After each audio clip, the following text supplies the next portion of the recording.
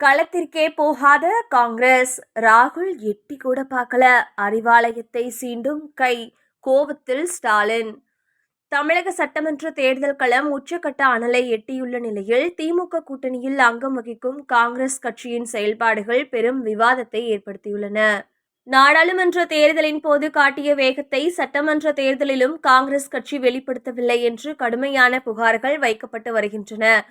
கூட்டணியால் திமுகவை காங்கிரஸ் கிட்டத்தட்ட கை கழுவி விட்டதாக விமர்சனங்கள் வைக்கப்படுகின்றன.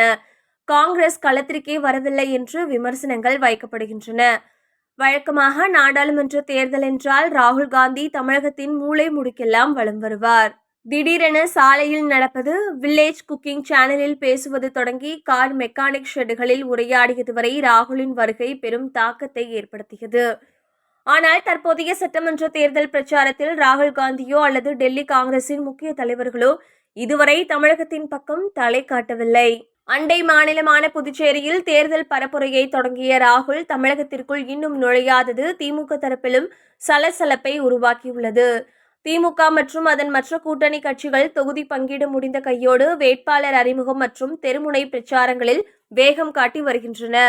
ஆனால் காங்கிரஸ் கட்சிக்கு ஒதுக்கப்பட்ட 28 தொகுதிகளிலும் இன்னும் தேர்தல் களம் சூடுபிடிக்கவில்லை என்பதே யதார்த்த நிலவரம். வேட்பாளரை அவர்கள் அறிவித்ததே கடைசியாகத்தான். அதிலும் மேலூர் வேட்பாளரை மிக தாமதமாகவே அறிவித்தனர்.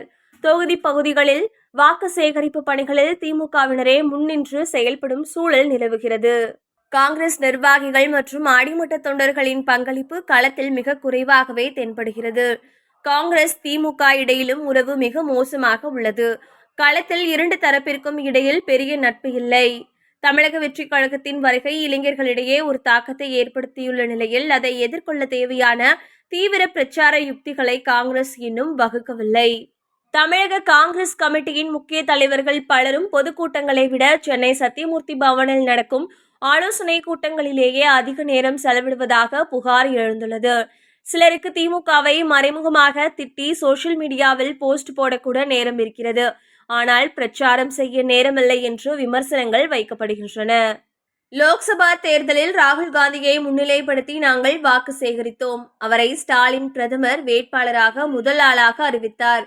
ஆனால் சட்டமன்ற தேர்தலில் எங்கள் வெற்றிக்காக டெல்லி தலைவர்கள் உழைக்க தயங்குவது ஏன் என்பதுதான் உடன்பிறப்புகளின் தற்போதைய குமுறல். சட்டமன்ற தேர்தலில் காங்கிரஸ் கட்சி காட்டும் இந்த மெத்தன போக்கு வாக்கு எண்ணிக்கையின் போது எதிரொலிக்குமோ என்ற அச்சம் கூட்டணி மேலிடத்திற்கும் எட்டியுள்ளது. சத்தியமூர்த்தி பவன் சில் என்று இருந்தாலும் தேர்தல் களம் ஹாட்டாக இருக்கிறது. ராகுல் காந்தியின் வருகை தள்ளி போகும் ஒவ்வொரு நாளும் அது எதிர்க்கட்சிகளுக்கு சாதகமாக மாறிவிடும் என்பதே அரசியல் விமர்சகர்களின் கணிப்பு. காங்கிரஸ் கட்சி தனது கூலிங் மோடை மாற்றிவிட்டு களத்தில் இறங்கினால் மட்டுமே கோட்டை நோக்கிய பயணம் சுமூகமாக அமையும்.